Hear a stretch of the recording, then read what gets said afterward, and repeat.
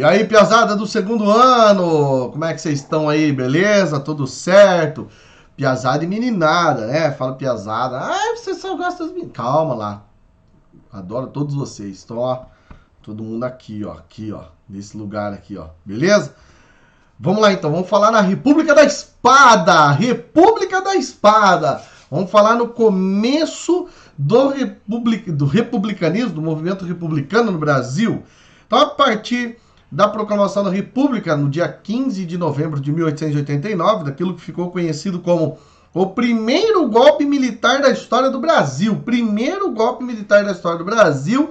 A gente começa, então, a falar sobre a República da Espada. Por que República da Espada? Porque durante esse período que vai de 1889 até 1894, o Brasil foi governado por dois militares. Quem foram esses dois militares? O primeiro deles, Marechal Manuel Deodoro da Fonseca, e o segundo, Marechal Floriano Peixoto. Primeira coisa que a gente lembra aí, é claro que o fato deles serem marechais está diretamente relacionado a quem acabou colocando em prática essa questão aí referente à retirada de Dom Pedro II. Então a gente sabe que o Exército Brasileiro teve um papel extremamente importante nisso tudo. Outra coisa, essa Primeira República ela é mais extensa. A Primeira República, como a gente chama aí, ou República Velha, ela vai de 1889 até 1930. Então a República da Espada está dentro da República Velha, tá? Que fique bem claro isso. Logo que começa então a República, os republicanos formavam um grupo muito heterogêneo, eles não tinham aí um projeto político Brasil, cada grupo com interesses diversos, e os militares que começaram a governar, os militares que marcaram então a República da Espada, acabaram estabelecendo um governo com base em medidas positivistas, em características positivistas. Uma dessas características acaba sendo aí o lema da bandeira, a frase que tem aí no meio da nossa bandeira, ordem e progresso. Isso aí é claro que é um símbolo grandioso, um símbolo grandioso aí da influência do positivismo, que é essa filosofia que surge aí na França aí no século XIX, que surge aí e acaba influenciando o Brasil, tá? O primeiro presidente é Marechal Deodoro da Fonseca. O seu governo é marcado pela crise econômica e pela crise política. Ele assumiu uma postura rígida e inflexível, sendo considerado o primeiro ditador brasileiro. Por quê? Porque ele censurou a imprensa, fechou o Congresso Nacional, isso aí vai ter repercussões negativas durante o seu governo. Durante o seu governo, ele acabou enfrentando uma gravíssima crise econômica chamada crise do encilhamento. Mas esse é o meu desafio para vocês, segundo ano. O meu desafio nessa aula é o seguinte: vocês devem então pesquisar, pode ser na apostila, pode ser na internet, o que foi a tal da crise do encilhamento. Lembrem-se de fazer aquele post maravilhoso, aquele post bonito aí no Instagram e me marcar, beleza? Professor, não achei o que é a crise do ensinamento. Calma que eu vou explicar para vocês, fiquem tranquilos, tá? Outro problema foi aí a questão das missões. Vou dar uma ajuda a vocês, tá? A crise do encilhamento tem a ver com produção de papel moeda, tem a ver, claro, com aumento de circulação de dinheiro no Brasil e uma correria enlouquecida. A questão de Palmas, por mais que foi resolvida durante o governo do Prudente de Moraes, mas ela começou durante o governo do Deodoro da Fonseca. Então, basicamente, o que é a questão de Palmas, ou também conhecida aí como questão das missões? Foi um território disputado aí, foi uma questão em torno de um território disputado pela Argentina, onde a Argentina queria aumentar um pouquinho mais aí o seu território, anexando partes importantes aí do território brasileiro, como, por exemplo, aqui, ia pegar uma parte do estado do Paraná e uma parte de Santa Catarina. O governo brasileiro, claro, o governo brasileiro foi e pediu ajuda do governo norte-americano para que arbitrasse a questão, é claro, e em favor do Brasil, a questão acabou sendo arbitrada, e em homenagem ao então presidente norte-americano que arbitrou a questão aí favorável ao Brasil, em favor do Brasil, foi criada uma cidade aí na região sudoeste do Paraná, uma cidade muitíssimo conhecida, a cidade de Clevelândia. Nossa, por que Clevelândia? Porque o nome do presidente era Hoover Cleveland. E aí a galera então falou, ó, vamos dar o nome de Clevelândia. Fechou, maravilha. Beleza?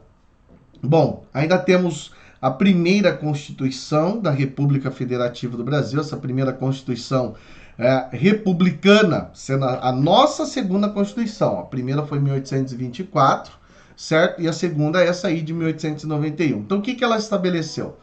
Sistema federativo e presidencialista. O que é sistema federativo e presidencialista? Então, isso significa que agora cada estado tem autonomia para tomar suas decisões, por isso do federativo ali, ou federalismo, e presidencialista significa que agora todo mundo que vai então disputar cargos eletivos deverão ser eleitos democraticamente pelo voto, certo? Temos então eleição direta para presidente, com exceção da primeira, fim da vitalicidade do Senado, então o Senado agora não é mais vitalício, ou seja, não é mais para a vida toda. Temos uma divisão clara das funções do poder, com o quê? Com o poder executivo, com o poder legislativo, com o poder judiciário. E o poder moderador? Não, esse acabou. Esse não tem mais. Esse aí era com o imperador. O imperador não tem mais. Então acabou, é claro, o poder moderador. Voto direto e universal, salvo algumas exceções.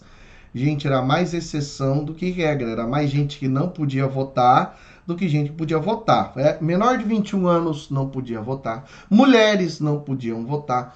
Párocos não poderiam votar.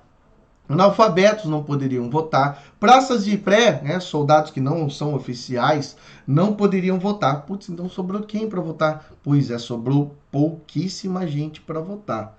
E aí, em torno desses que votavam, começaram a surgir várias e várias fraudes eleitorais. Certo?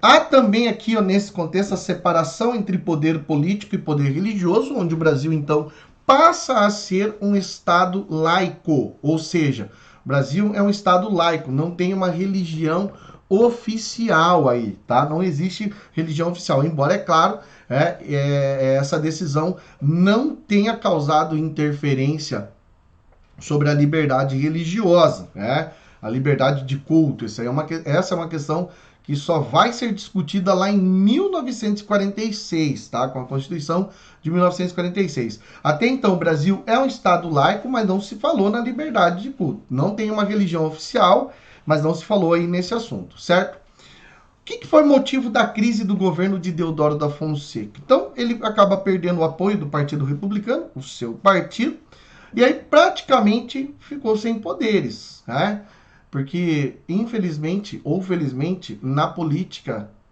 o apoio político é grandioso. Muitas vezes a gente vê que um determinado político vai lá e se associa a pessoas, a grupos e a partidos políticos que às vezes não necessariamente lhe convém, mas acaba se associando. Então, aqui dentro desse contexto, o cara já não tem apoio da oposição, claro. E aí o seu próprio partido o abandonou? Vixe, aí é problema, hein? Aí é um baita de um problema. Bom, o que ele fez? Ele foi lá e fez o fechamento do Congresso Nacional no dia 3 de novembro de 1891. Puta merda, fechou o Congresso Nacional. Não pode? Não pode. Já é inconstitucional. Sim, já é inconstitucional. E aí ele vai acabar sofrendo a primeira revolta da Armada. O que foi essa primeira revolta da Armada?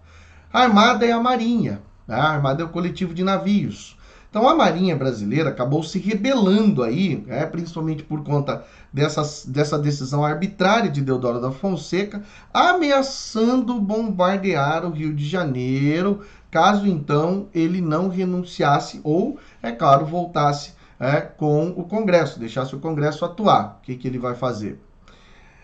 Diante dessa ação liderada pelo almirante Custódio de Melo, Teodoro da Fonseca renunciou. Ele falou, bom, então se eu renunciar, acaba a revolta? Acaba. Então eu renuncio, beleza, fiquem com o Brasil vocês aí que eu vou voltar pro exército, eu vou voltar pro quartel, beleza? Show de bola, vai lá então e faz o que vocês quiserem, tá? No seu lugar, assumiu Floriano Peixoto, famoso Marechal de Ferro. Mas eu não vou entrar em detalhes sobre o Floriano Peixoto agora, nesse momento. Eu não vou falar agora sobre o Floriano Peixoto, eu vou deixar para a nossa próxima aula. Aí a gente fala sobre o Florianinho, tá? Aí a gente fala sobre esse cara, porque temos muita coisa, mas muita coisa pela frente ainda. Beleza, segundos anos? Qualquer dúvida, vai lá e me chama. Não deixem de fazer o desafio. Tamo junto, é nóis? Beijão e ó, até mais.